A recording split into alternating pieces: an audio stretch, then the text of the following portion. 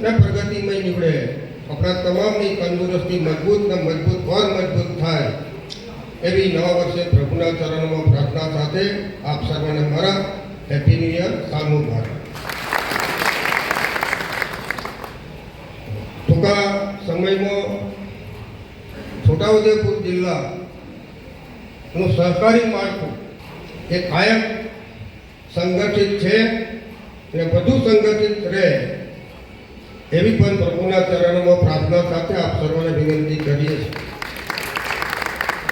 છીએ કે એક નંગ ડેરીનો પ્રમુખ હોય કે વિકા મંડળીનો પ્રમુખ હોય, મંત્રી હોય, આખા ગામની જોડે આપણો નીવડે અને ઉત્તર પ્રગતિ થાય અને સાથે સાથે ગામની પણ ઉત્તર પ્રગતિ થાય અને આપણા જિલ્લાની પણ ઉત્તર પ્રગતિ થાય, આપણા વિસ્તારની પણ ઉત્તર પ્રગતિ થાય એવી ઈશ્વરની પ્રાર્થના સાથે વંદે માતરમ, ભારત માતા કી જય, જય જય ગૌ માટે ખૂબ ખૂબ પ્રગતિકારક, આરોગ્યમય અને આપના સપનાઓને સાકાર કરનારું બની રહે આપણું મિત્ર મંડળ, સગા સંબંધીઓ, શુભેચ્છકો, ટેકેદારો, સૌ સભાસદો માટે પણ આપણું આ વિક્રમ સંવત 2081નું વર્ષ ખૂબ સારી રીતે પસાર થાય અને સિદ્ધિઓ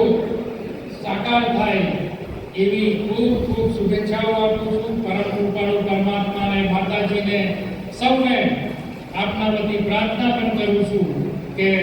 ખૂબ સફળતાઓ આપને મળે અને સાથે સાથે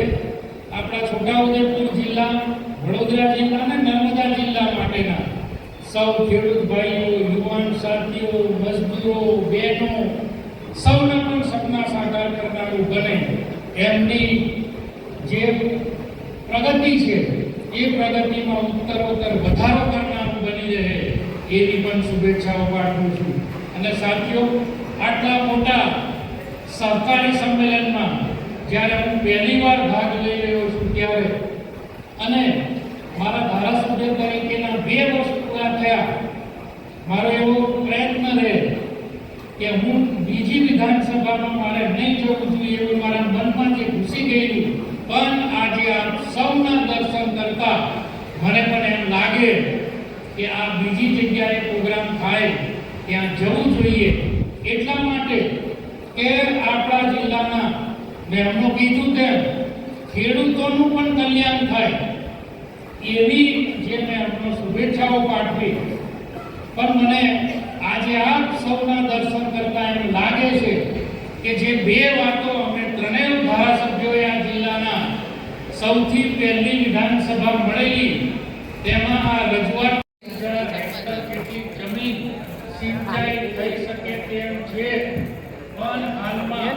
માત્ર 85,104 હેક્ટર જમીન પિયત થાય છે અને બાકીની થોડી ઘણી જમીન નર્મદા ઓથોરિટી, તો તમે આ છોટાઉદેપુર વિભાગના ઉપલા ભાગની અંદર પણ સિંચાઈનું પાણી મળે તેવું સાહેબ કહેજો. તો હું આજે આપને જણાવતા આનંદ અનુભવું છું કે મુખ્યમંત્રી સાહેબે આ મુદ્દો એ રિવ્યુ બેઠક થતા પહેલા આ મૂકેલો છે. એટલે આપણે સૌ આ નવા વર્ષે જ્યારે મળ્યા છે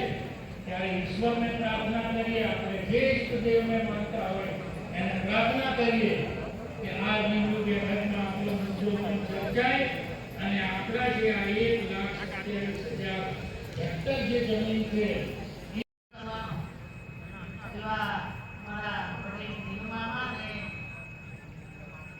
બાપુને હું ખૂબ ખૂબ અભિનંદન આપું છું કે આજે આ નવા વર્ષમાં તમને બધાને ભેગા કર્યા, થયા હોય ના થયા હોય, જોડ્યા હોય ના જોડ્યા, આપણે ભેગા થઈને આ સ્નેહ મિલનની શુભેચ્છા